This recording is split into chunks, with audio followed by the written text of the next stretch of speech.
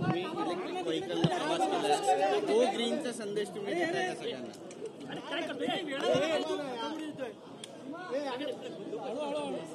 हो, आज मी electrical vehicle मला आज मिळालेली आहे.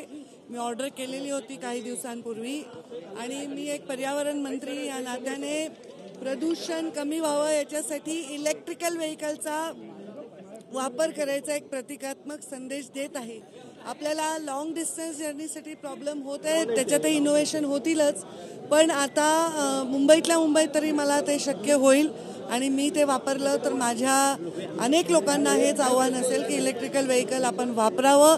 शहरामधलं प्रदूषण कमी करण्यासाठी फार मोठ्या प्रमाणात त्याची मदत होईल. विद्यार्थिनीच्या अत्याचाराचं एक प्रकरण समोर आलं होतं, त्यावर काल धनंजय मुंडेंनी पत्रकार परिषद सुद्धा घेतली. तुमची काय नेमकी भूमिका? माझी भूमिका काय असणार? एका अल्पवयीन मुलीवर जर अत्याचार होत असेल तर प्रचंड संतप्त अशी माझी भूमिका आहे. यामध्ये मीडियामध्ये बोलले मी नाही आधी, पण एसपींशी मी सविस्तर चर्चा केलेली आहे. सविस्तर माहिती या घटनेची माझ्याकडे आहे.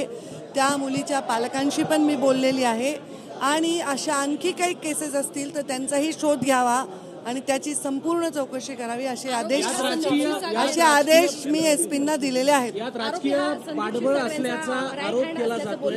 संदीप क्षीरसागरांचा कुठेतरी याला वरदहस्त आहे असं देखील आरोप करण्यात येतो. आरोपी असतो, तो राईट लेफ्ट हँड कोणाचा असतो याला अर्थ नाही. शासनाच्या दृष्टीने त्याच्यावर कारवाई तशीच झाली पाहिजे जशी एका अल्पवयीन मुलीवर अत्याचार करणाऱ्या माणसाच्या वर कारवाई झाली पाहिजे. अत्यंत कठोर अशी कारवाई होईल. जो क्लास चालक व्यक्ती आहे त्यांना अनेकांचे क्लासेस देखील त्या ठिकाणचे बंद केले. वर्षभरापासून त्या मुलींसंदर्भामध्ये आरोप समोर येत आहेत. नेमकं काय सत्यता आहे त्या सगळ्या? याची सत्यता आहे. काही गोष्टी गुप्त ठेवाव्या लागतात, ते कायद्याने आम्हाला बंधनकारक आहे.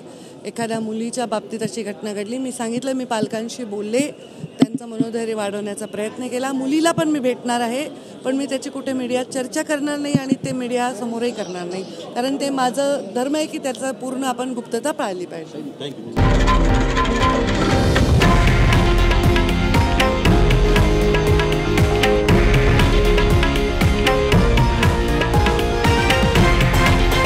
हे आहे देशातील नंबर 1 न्यूज नेटवर्क आणि आपण पाहत आहात TV9 मराठी, एकमेव.